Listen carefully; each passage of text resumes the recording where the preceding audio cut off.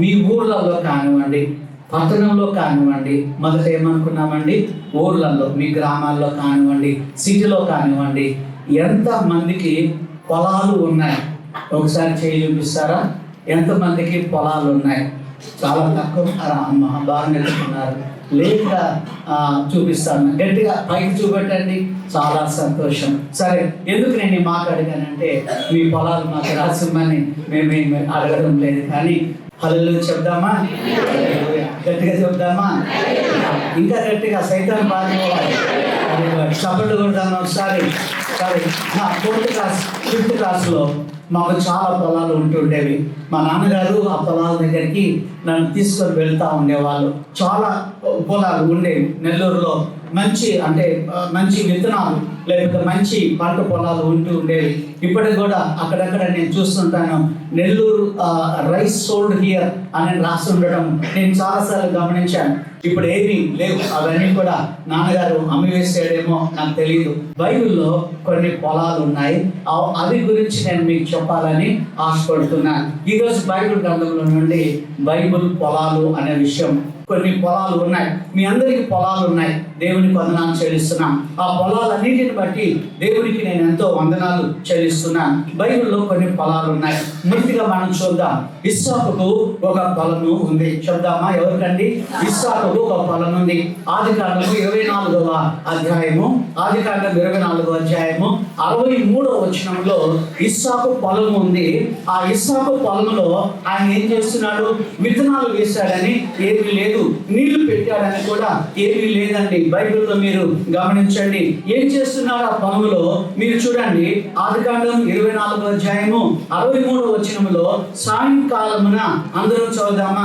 సాయంకాలమున ఇస్సాకు పొలంలో ధ్యానింప బయలు వెళ్ళి కన్నులెత్తి చూచినప్పుడు ఒంటెలు వచ్చుచూ ఉండెను అని బైబిల్లో మనం చూస్తున్నాం.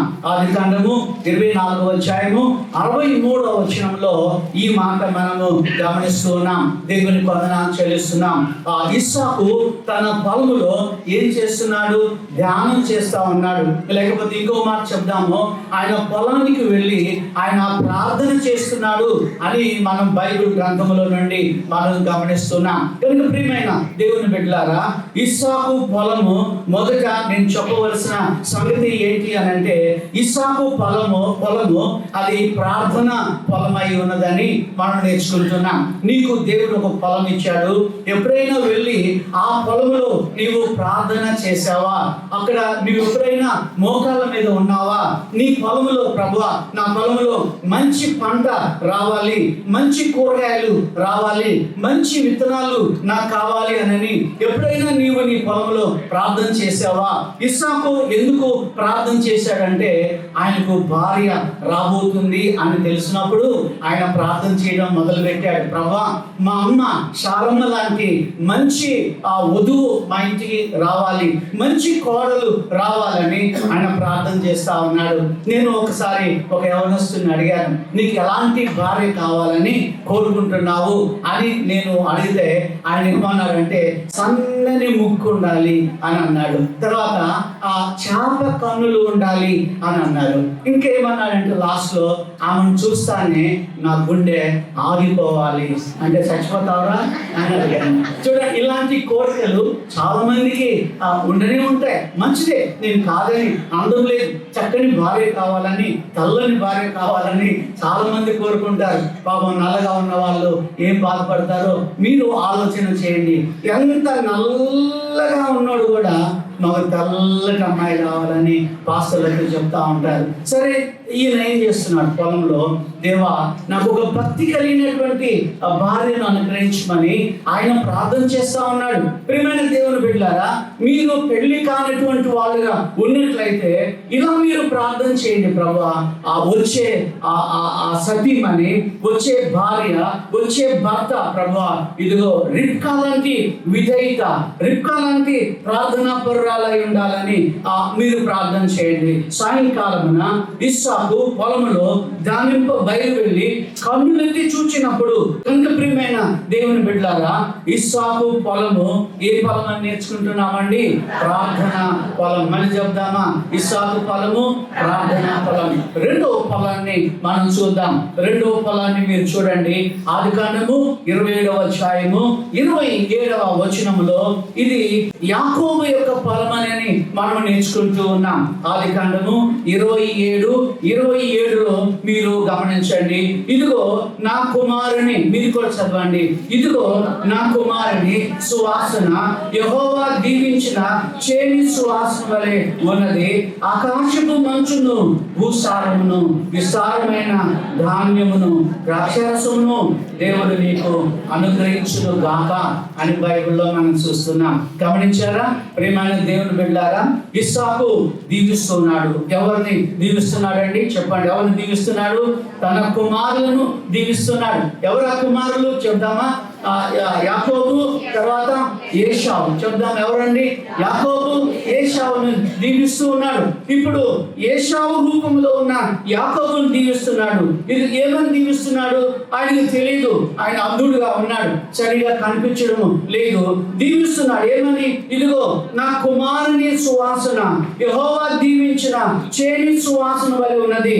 ఆకాశపు మంచు, భూసారము, విస్తారమైన ధాన్యమును, ద్రాక్షరసమును దేవుడు నీకు అనుగ్రహించును అని బైబిల్లో మనం చూస్తున్నాం. హల్లెలూయా చెప్దామండి.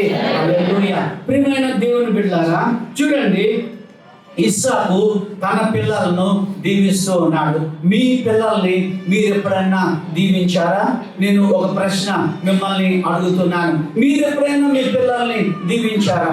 నేను నా పిల్లల్ని దీవించాను. వాళ్ళ తల మీద చేతులు పెట్టి నేను దీవించాను. దైవజనులు ఎవరైనా మా ఇంటికి వచ్చినప్పుడు నేను, అయ్యా మా పిల్లల్ని దీవించమని నేను వాళ్ళతో నేను మాట్లాడుతూ ఉంటాను. పెద్ద పెద్ద దైవజనులు వచ్చినప్పుడు వాళ్ళని దీవించమని నేను వాళ్ళని రిక్వెస్ట్ చేస్తూ ఉంటాను. మా పెద్ద బాబు సైలస్ పుట్టినప్పుడు కూడా బ్రదర్ భగత్ సింగ్ గారి దగ్గర తీసుకెళ్లాను.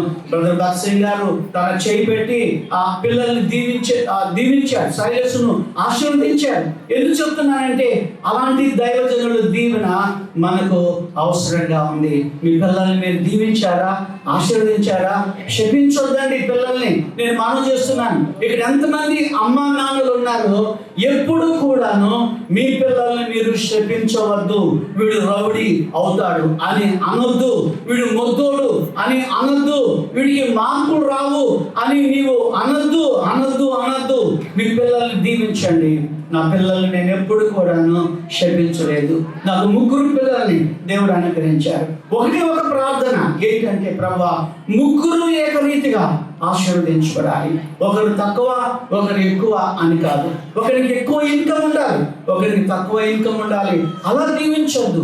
3 ఏకరీతిగా ఆశీర్వదించమని నేను ఎల్లప్పుడూ ప్రార్థన చేస్తూ వచ్చాను. ఇంతకు ముందు కూడా చెప్పాను, ఇప్పుడు కూడా చెప్తున్నాను. ఏంటంటే ఇది అతిశయం అని కాదు, మీరు నేర్చుకోవాలని చెప్తున్నాను. నా పిల్లలు ఒక్కోసారి నా ఒళ్ళో పడుకున్నప్పుడు వాళ్ళ కాళ్ళ మీద నా చేతులు పెట్టి, వాళ్ళ చేతుల మీద నా చేతులు పెట్టి, వాళ్ళ తల మీద నా చేతులు ఉంచి, ప్రభువా ఈ తల మీ కొరకని వాడుకోండి, ఈ చేతులు మీ కొరకని వాడుకోండి, ఇదిగో ఈ కాళ్ళు మీకోసమని మీరు వాడుకోండి, ఈ గుండె మీ కొరకని మీరు వాడుకోండి. ప్రభువా మీ సేవలో అందరూ ప్రియమైన దేవుని బిడ్డలారా సేవలోనే కొనసాగుతున్నారు.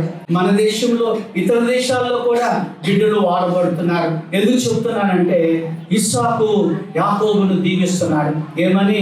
ఇదిగో చూడండి, నా కుమారుని సువాసన ఒకటి యెహోవా దీవించిన చేను అని అంటున్నాడు. అవును, యాకోబు యెహోవా దీవించిన చేను అని అంటున్నాడు. ఇంకా ఆకాశపు మంచు ఆ చేను మీద ఉండాలి, భూసారము ఆ చేనుకు ఉండాలి, ఇంకా విస్తారమైన ధాన్యము, ద్రాక్షరసము దేవుడు నీకు అనుగ్రహించును అని అంటున్నాడు. ఎంత మంచి దీవెన! అమ్మా నీ నాలుకకు ఆ శక్తి ఉంది. అమ్మా నీ నాలుకకు శక్తి ఉంది. నువ్వు నీ కొడుకు రౌడీ కావాలనుకుంటే వాడు రౌడీ అవుతాడు. నువ్వు నీ కొడుకు దొంగ అని నీవు ఒకవేళ ఏదైనా ఒక పదము వాడి విషయంలో నీవు వాడితే సైతానుడు ఆ దొంగ అనే పదాన్ని వాడుకుంటాడని నేను మీకు మనం చేస్తా ఉన్నాను. వాళ్ళ కొరకు అనుదినము ప్రార్థన చేయండి, సరిచేయండి, మంచి మార్గంలో ఉండాలని బుద్ధి చెప్పడము మీరు ఎప్పుడు కూడా మర్చిపోవద్దు. ఒకటి మనము నేర్చుకున్నాము. ఒకటి ఇస్సాకు పొలము. ఏ పొలం అండి? ప్రార్థనా పొలం. రెండవది యాకోబు పొలము. అది ఏ పొలం అని మనం నేర్చుకుంటున్నామంటే యెహోవా దీవించిన పొలం. చెప్దామండి, యెహోవా దీవించిన పొలము. యెహోవా, మళ్ళీ చెప్దాం, యెహోవా దీవించిన పొలం. నీ పొలం కూడా యెహోవా దీవించిన పొలమై ఉండాలని దేవుడు మిక్కిలిగా కోరుకుంటూ ఉన్నారు. హల్లెలూయా చెప్దామా? హల్లెలూయా. దేవుడి వందనాలు. సువాసన అంటున్నాడు, ఆకాశపు మంచు అంటున్నాడు, భూసారము అని అంటున్నాడు, విస్తారమైన ధాన్యము అంటున్నాడు, విస్తారమైన ద్రాక్షరసము అని ఆయన అంటున్నాడు. గమనించారా ఎంత చక్కగా దీవించాడో. మరి యాకోబు జీవితం ఎలా మారిపోయింది? ఎన్నో పశువులు, ఎన్నో మేకలు, ఎన్నో గొర్రెలు, భార్యలు, పిల్లలు, చాలా పెద్ద సమూహంగా మామ కంటే కూడా ఎక్కువ ఆయన ఆశీర్వదించబడ్డాడు. అదే చెప్తామండి. హల్లెలూయా. నాన్నగారి దీవెన, అదే నాన్నగారి దీవెన. మా చిన్నతనంలోనే మా నాన్న సైకిల్ మీద, నేను 4th 5th క్లాస్ చదివే దినాల్లోనే నన్ను వెంట తీసుకెళ్ళేవాడు. వెనక కూర్చునేవాడిని. ఒక్కోసారి చీకటిలో భయం అయితే నాన్న నన్ను సైకిల్ వెనక కూర్చోబెట్టావు, భయం అవుతుందంటే ముందు కూర్చోబెట్టేవాడు. నా చెవులో చెప్పేవాడు, నువ్వు దేవుని సేవకుడు కావాలి, నా ప్రథమ సంతానం అని చెప్పేవాడు. నీకు శామ్యూల్ అని పేరు పెట్టానని. ఆయన మాటలు నెరవేరాయి. హల్లెలూయా చెప్తామండి. హల్లెలూయా. మా నాన్నగారికి ఇలాంటి చర్చి లేదండి. ఆయన ఒక స్ట్రీట్ ప్రీచర్, అనగా ఆ కూడలిలో నిలబడి, చౌరస్తా నిలబడి ఈ బైబిల్ పట్టుకొని యేసే దేవుడు, యేసే రక్షకుడు అని చెప్పి ఇంకొక కూడలిలోకి వెళ్ళేవాడు. ఆయన గుడి అంటూ ఏమి లేదు, ఆయనకి ఇలాంటి కాంగ్రిగేషన్ ఏమి లేదు. కానీ నేను ఒక పెద్ద కాంగ్రిగేషన్లో నేను పనిచేశాను. ఒకవేళ నాన్నగారు ఉంటే ఆయన మాట నెరవేరిందని ఎంత సంతోషపడేవాడో చెప్పడానికి వీలు లేదు. ప్రియమైన దేవుని బిడ్డలారా, యెహోవా దీవించిన పొలమై ఉన్నది. దేవుడికి వందనాలు. 3వ పొలాన్ని నేను మీకు జ్ఞాపకం చేస్తాను. 3వ పొలాన్ని గురించి చేను అని కూడా ఉంది. సామెతలు 24:30లో మీరు చూడండి. ఈ పొలం దగ్గరికి వెళ్ళినప్పుడు చాలా విచారించాడు, చాలా దిగులు పడ్డాడు సొలొమోను. ఏంటా పొలము? చూడండి 24:30 అందరూ చదువుదామా?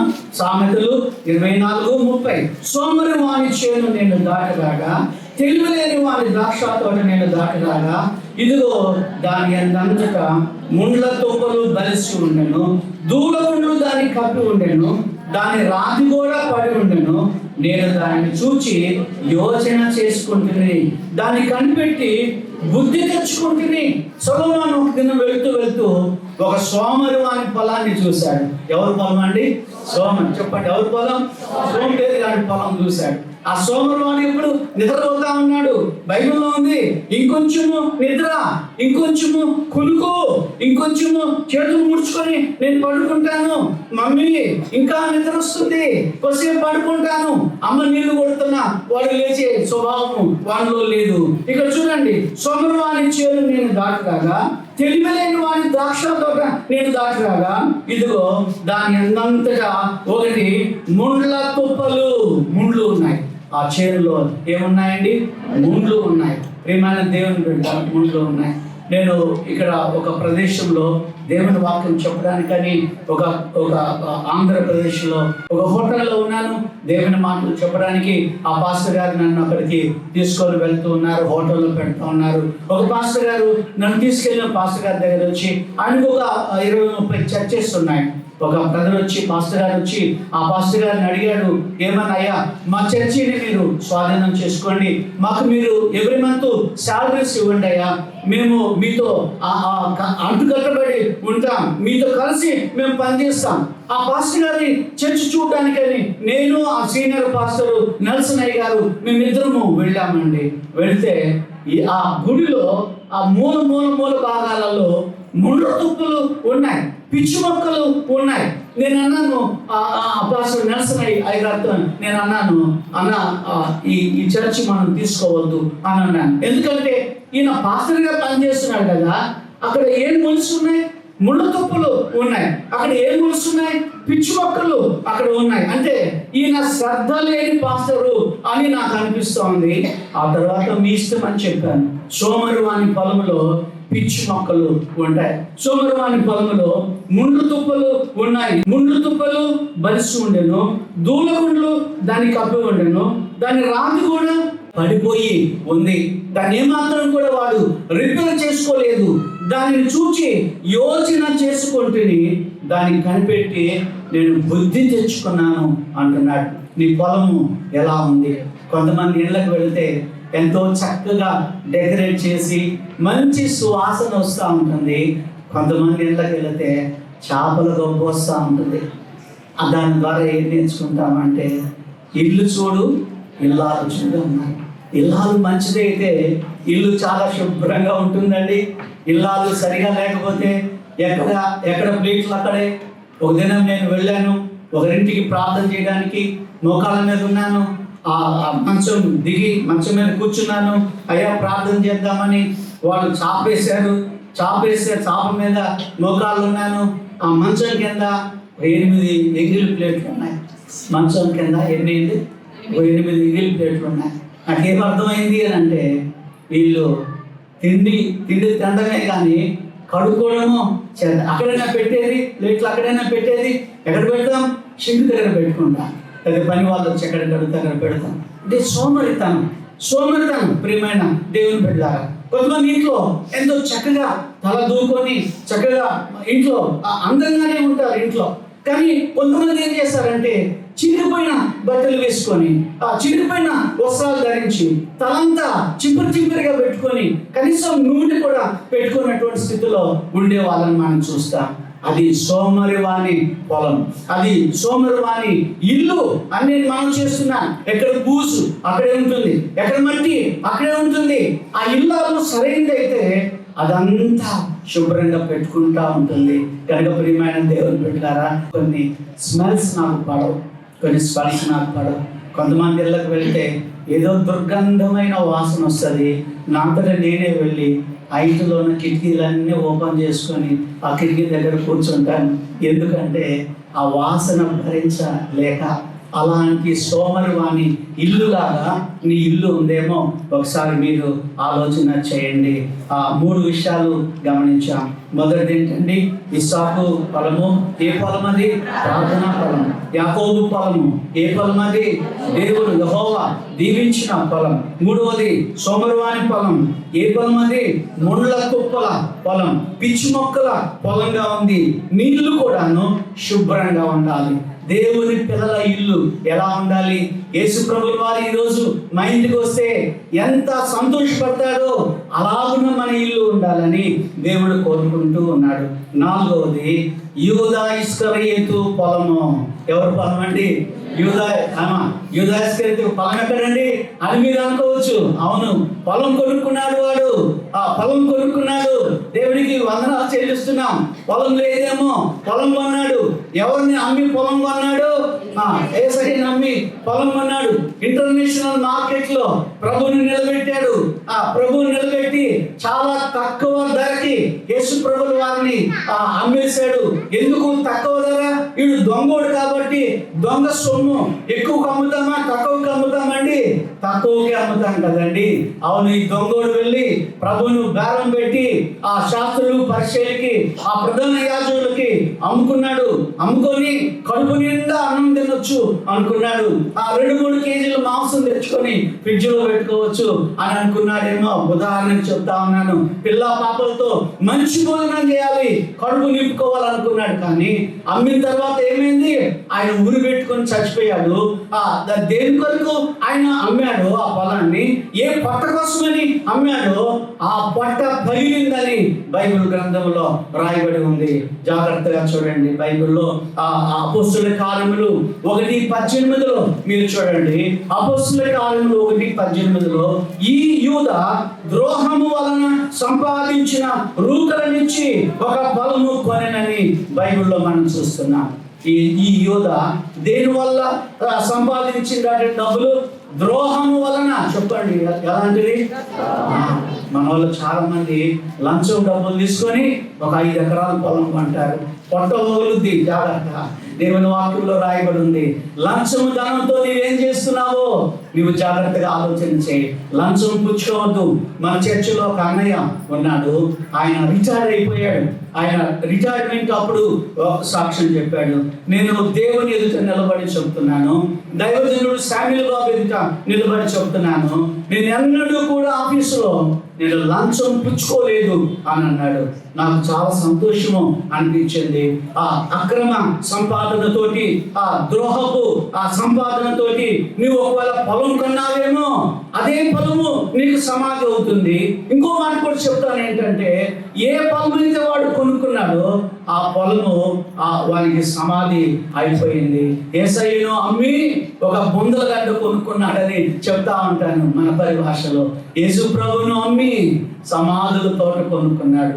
కనుక ప్రియమైన దేవుని బిడ్డలారా, అక్రమంగా సంపాదించింది నీ సమాధికే అవుతుందని నేను మీకు మనం చేస్తున్నాను. యూదా ద్రోహం వలన సంపాదించిన రూకల నుంచి ఒక పొలము కొనెను. అతడు తల క్రిందులుగా పడి నడుమికి బద్దలైనందున అతని పేగులన్నీ బయటకు వచ్చెను. దానికి ఒక పేరు పెట్టారు. ఏంటంటే అకెల్దెమా అనే పేరు పెట్టారు. ఏం పేరు ఏంటండి? అకెల్దెమా అంటే ఎవరికైనా తెలుసా? అకెల్దెమా అంటే రక్త భూమి. చెప్దామా? ఏ భూమి అండి? రక్త భూమి. వారి రక్తం అంతా పొలంలో విస్తరించింది. ప్రేమాని బిడ్డలారా, నీవు కష్టపడితే పొలం కొనుక్కో, నువ్వు చెమటోస్తే పొలం కొనుక్కో, నువ్వు డబ్బులు దాచిపెట్టుకుంటే పొలం కొనుక్కో. అంతేగాని వాళ్ళ దగ్గర వీళ్ళ దగ్గర సొమ్ములు తీసుకొని నువ్వు పొలం కొంటే అది నీకు సమాధుల తోట అవుతుంది. బైబిల్లో అపోస్తల కార్యములో ఇంకొక మాట ఉంది. ఏంటంటే యెరూషలేముకు వచ్చి ఎవరైనా పరదేశులు చచ్చిపోతే ఆ పరదేశులు తీసుకెళ్ళి యూదా పొలంలో పాతి పెట్టేవారు. నేను కూడా వెళ్ళినప్పుడు ఇశ్రాయేలు దేశానికి యూదా ఇస్కరియోతు ఊరు పెట్టుకున్న ఆ చెట్టు, ఆ పొలం చూశాను. విచారం అనిపించింది. ప్రియమైన దేవుని బిడ్డలారా, యూదా పొలము రక్త పొలం అయి ఉన్నది, రక్త భూమి అయి ఉన్నది. సోమరువాని పొలము ముళ్ళు కుప్పల పొలమై ఉన్నది. యాకోబు పొలము యెహోవా దీవించిన పొలమై ఉన్నది. ఇస్సాకు పొలము అది ప్రార్థనా పొలమై ఉందని మనం నేర్చుకుంటున్నాం. ఇంకో మాట చెప్తాను నేను దేవుని వాక్యములో నుండి. దావీదు శపించిన పొలము ఒకటి ఉంది. 5వది దావీదు శపించినటువంటి పొలము. అది 2వ సమూయేలు గ్రంథము 1వ అధ్యాయము 21వ వచనములో వ్రాయబడి ఉంది. చూడండి, 21వ వచనములో అందరం చదువుదామా? మీ దగ్గర బైబిల్ ఉంది కదా. గుల్బోవా పర్వతముల మీద మంచు అయినను వర్షమైనను ప్రథమ అర్పణకు తగిన పైరును చేనైనను లేకపోవును కాక.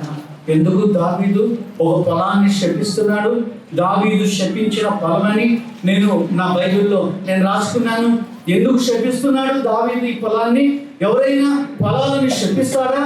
ఎవరైనా పొలాలను దీవించాలని అనుకుంటారు, కానీ ఎవరైనా శపిస్తారా పొలాన్ని? ఎందుకు శపిస్తున్నాడు అంటే అక్కడ తన ప్రియమైన ఫ్రెండ్ యోనాతాను అక్కడ చంపబడ్డాడు. అక్కడ ఆ గుల్బోవా పర్వతం మీద చంపబడ్డాడు. సౌలు ఇశ్రాయేలుల మొదటి రాజు అక్కడ చంపబడ్డాడు. అక్కడ ఖడ్గం చేత చంపబడ్డాడు. అక్కడ గొంతు కోసేశారు. గొంతు కోసి ఒక స్తంభం మీదకి ఆయన తలను ఎక్కించారు. ఇంకా సౌలు యొక్క ముగ్గురు కుమారులు కూడా జోనాతానుతో కూడా కలిపి ముగ్గురు కుమారులు ఆ పొలంలో, ఆ కొండ మీద, ఆ గుల్బోవ పర్వతం మీద వాళ్ళు చంపబడ్డారు. ఇప్పుడు ఆ కొండను శపిస్తా ఉన్నాడు దావీదు రాజు. ఏమని? గిల్బోవా పర్వతములారా అనేది సంబోధిస్తున్నారు. భూమి మీద మంచు అయినను వర్షమైనను అంటున్నాడు. ఈ భూమి మీద మంచు కానీ వర్షం కానీ ఈ పర్వత శ్రేణుల మీద పడకూడదు అని అంటున్నాడు. మీరు ఒక మాట గమనించండి, డేవిడ్ ఒక ప్రాఫిట్ అయి ఉన్నాడు, దావీదు ఒక ప్రవక్త అయి ఉన్నాడు. ఆయన శపిస్తే అది నిజంగానే శాపము. అది ఒకవేళ ఆయన ఒకవేళ ఆశీర్వదిస్తే అది ఆశీర్వాదమే. ఆ భూమి మీద మంచైనను ఒకటి, రెండవది వర్షమైనను, మూడవది ఆ ప్రథమ పైరును చేనైనను ఇక్కడ ఏమీ ఉండొద్దు అని ఆయన శపిస్తా ఉన్నాడు. నేను ఒక మాట చెప్తాను, నా వైపు చూడండి. నేను ఒక మాట చెప్తాను. మీరు ఒకవేళ గుల్బోవా పర్వతానికి వెళితే దావీదు శపించి 3000 సంవత్సరాలు అయింది. 2000 అండి, 3000 చెప్పు, 2000 నాన్న, 3000 సంవత్సరాలు అయింది. ఈ గుల్బోవా పర్వతం మీద ఈ రోజు కూడాను పంట లేదు. ఈ గుల్బోవా పర్వతం మీద ఈ రోజు కూడా మంచు కురవడం లేదు. ఈ గుల్బోవా పర్వతం మీద ఈ దినం కూడా వర్షము లేదు. డ్రై ప్లేస్ అయిపోయింది. దావీదు నోటికి, నాలుకకు ఎంత పవర్ ఉందో మీరు చూడండి. అది చెప్దామా? గట్టి చెప్దామా? గట్టి చెప్దామా? చప్పట్లు కొడదామా? తన రాజు చచ్చిపోయిన స్థలం, తన డీరెస్ట్ ఫ్రెండ్ చచ్చిపోయిన స్థలం, ఆ ఫ్రెండ్ యొక్క ఇద్దరు అన్నదమ్ములు చనిపోయిన స్థలంలో ఆయన శపిస్తా ఉన్నాడు. పాల్ యాంగిచో గారు ఒక బుక్ రాశాడు. ఆ బుక్లో ఈ మాట ఆయన మెన్షన్ చేశాడు. ఏమని అంటే, ఈ దినానికి కూడాను, అంటే పాల్ యాంగిచో ఎవరంటే ప్రపంచంలో అతి పెద్ద సంఘం ఉంది. ఆ సంఘానికి ఆయన కాపరిగా ఉన్నాడు. ఆయన ఆ బుక్లో రాశాడు. ఈ దినానికి కూడా వర్షం లేదని ఆయన రాశాడు. దేవుడికి వందనాలు చెల్లిస్తున్నాం. దావీదు మాటకు శక్తి ఉంది. దావీదు ప్రవక్త అయి ఉన్నాడు. ఆ ప్రవక్త మాటలు నెరవేరింది. 3000 సంవత్సరాలు అయినప్పటికీ కూడా ఈనాటికి కూడా అలాగనే అది శపించబడి ఉంది అని బైబిల్లో మనం చూస్తున్నాం.